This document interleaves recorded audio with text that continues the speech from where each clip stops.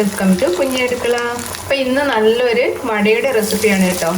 അപ്പം വാഴപ്പൂ വെച്ചിട്ടുള്ള ഒരു വടയാണിത്. അപ്പോൾ വാഴപ്പൂ തോരനൊക്കെ വെച്ച് കഴിക്കാൻ ഇഷ്ടമില്ലാത്തവർക്ക് ട്രൈ ചെയ്യാൻ പറ്റിയ നല്ലൊരു ഈവനിങ് സ്നാക്സിൻ്റെ റെസിപ്പിയാണ്. അപ്പോൾ നമുക്ക് ഇത് എങ്ങനെ ഉണ്ടാക്കുന്നതെന്നൊന്ന് കണ്ടു നോക്കാം. അപ്പോൾ ഈ ഒരു വാഴപ്പൂ വടയ്ക്ക് വേണ്ടിയിട്ട് ഞാൻ 1/2 കപ്പ് കടലപ്പരിപ്പാണ് എടുത്തിരിക്കുന്നത് കേട്ടോ. അപ്പോൾ നിങ്ങളുടെ ആവശ്യത്തിനുള്ള കടലപ്പരിപ്പ് നിങ്ങൾ എടുക്കണം. അപ്പോൾ ഞാൻ കുറച്ച് ക്വാണ്ടിറ്റിയാണ് ഉണ്ടാക്കുന്നത്, അതുകൊണ്ടാണ് 1/2 കപ്പ് എടുത്തിരിക്കുന്നത്. ഇത് ഞാനൊരു 2 മണിക്കൂർ കുതിർത്ത് വെച്ചതാണ് കേട്ടോ. ഒരു 2 മണിക്കൂർ കുതിർത്ത് വെച്ചാൽ മതി കേട്ടോ, അതിന് മേലെ കുതിർത്ത് വെക്കണ്ട. ഇനി നമുക്കിതൊന്ന് അരച്ചെടുക്കണം കേട്ടോ. അപ്പം അരച്ചെടുക്കുമ്പോൾ ഒരുപാട് അങ്ങ് ഫൈനായിട്ട് അരക്കരുത്, നല്ല തരിതരിപ്പോട് കൂടി തന്നെ വേണം അരച്ചെടുക്കാൻ. അപ്പം ഇടയ്ക്കൊക്കെ അരഞ്ഞില്ലെങ്കിലും കുഴപ്പമൊന്നുമില്ല.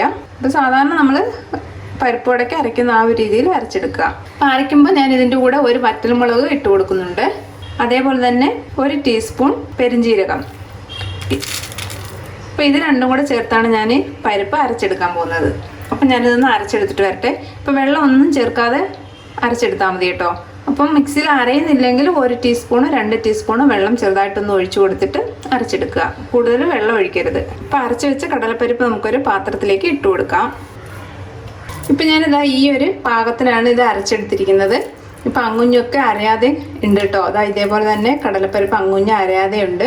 അപ്പം ആ ഒരു രീതിയിലൊക്കെ കിടക്കുന്നുണ്ട്, കുഴപ്പമൊന്നുമില്ല. അപ്പം ഇടയ്ക്ക് ഈ പരിപ്പ് കടിക്കുന്നത് നല്ലൊരു ടേസ്റ്റ് തന്നെയാണ് കേട്ടോ.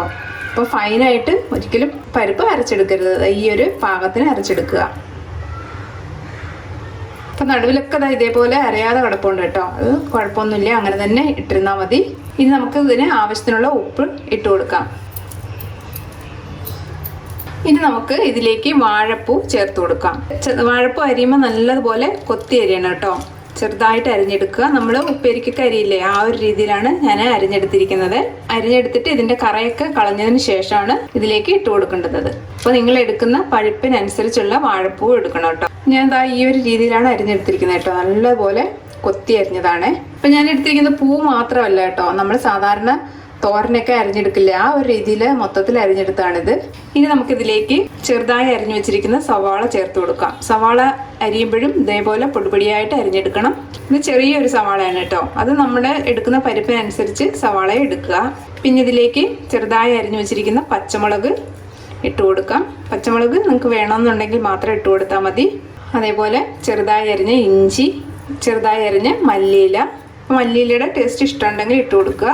അതേപോലെ ചെറുതായി അരിഞ്ഞ കറിവേപ്പിലയും ചേർത്ത് കൊടുക്കാം. ഇനി ഞാൻ ചേർത്ത് കൊടുക്കാൻ പോകുന്നത് ഒരു 2-3 അല്ലി വെളുത്തുള്ളിയാണ് കേട്ടോ. വെളുത്തുള്ളി തൊലി കളയാതെ ഇതേപോലെ ഒന്ന് ചതച്ചെടുത്തതാണ്. ഇപ്പോൾ പരിപ്പ് കഴിക്കുന്നതുകൊണ്ട് ഗ്യാസ് ട്രബിളൊക്കെ ഉണ്ടാവുന്നവർക്ക് നല്ലതാണ് വെളുത്തുള്ളി ഇതിലേക്ക് ചേർത്ത് കൊടുക്കുന്നത്. ഇതും ഇതിൻ്റെ ടേസ്റ്റ് ഇഷ്ടമുണ്ടെങ്കിൽ ഇട്ട് കൊടുത്താൽ മതി കേട്ടോ, നിർബന്ധമൊന്നുമില്ല. ഇനി ഇതെല്ലാം കൂടെ നമുക്ക് നന്നായിട്ടൊന്ന് മിക്സ് ചെയ്യാം.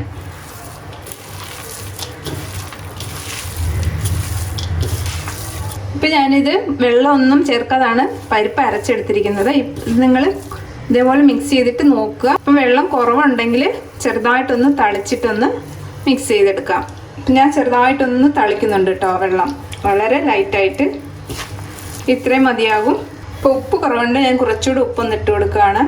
അപ്പോൾ പരിപ്പിനെക്കാട്ടിലും കുറച്ച് വാഴപ്പൂ ഇട്ട് കൊടുത്താൽ മതി കേട്ടോ. അപ്പോൾ പരിപ്പ് എടുക്കുന്ന ആ ഒരളവിൽ വാഴപ്പൂ എടുക്കണ്ട. വടയ്ക്കുള്ള മാവ് റെഡി ആയിട്ടുണ്ട്. ഇനി നമുക്കിതൊന്ന് ഷേപ്പ് ചെയ്തെടുക്കാം. വടയുടെ വലുപ്പമൊക്കെ നിങ്ങളുടെ ഇഷ്ടത്തിന് ചെറുതോ വലുതോ ആക്കാം. ആദ്യം ഇതേപോലെ ഒന്ന് ബോളാക്കി എടുക്കാം. ഇതിപ്പോൾ ഞാൻ എല്ലാം ഇതേപോലെ ഒന്ന് ബോളാക്കി വെച്ചിട്ടുണ്ട് കേട്ടോ. ഇനി നമുക്ക് എണ്ണ ചൂടാക്കാൻ വെച്ചതിന് ശേഷം ഷേപ്പാക്കി എണ്ണയിലിട്ട് വറുത്തെടുക്കാം. അപ്പോൾ വട നല്ല മുങ്ങിക്കിടക്കാൻ പാകത്തിനുള്ള എണ്ണ ഒഴിച്ചു കൊടുക്കണം കേട്ടോ. അപ്പോൾ എണ്ണ നല്ലതായിട്ട് ചൂടായി വന്നിട്ടുണ്ട്. ഇനി നമുക്ക് ഓരോ ബോളും ഇതേപോലെ കൈവെള്ളയിൽ വെച്ചിട്ട് ചെറുതായിട്ട് വടയുടെ ഷേപ്പിൽ ഒന്ന് പ്രസ് ചെയ്ത് കൊടുക്കുക. ഇനി നമുക്കിത് എണ്ണയിലേക്ക് ഇട്ട് കൊടുക്കാം.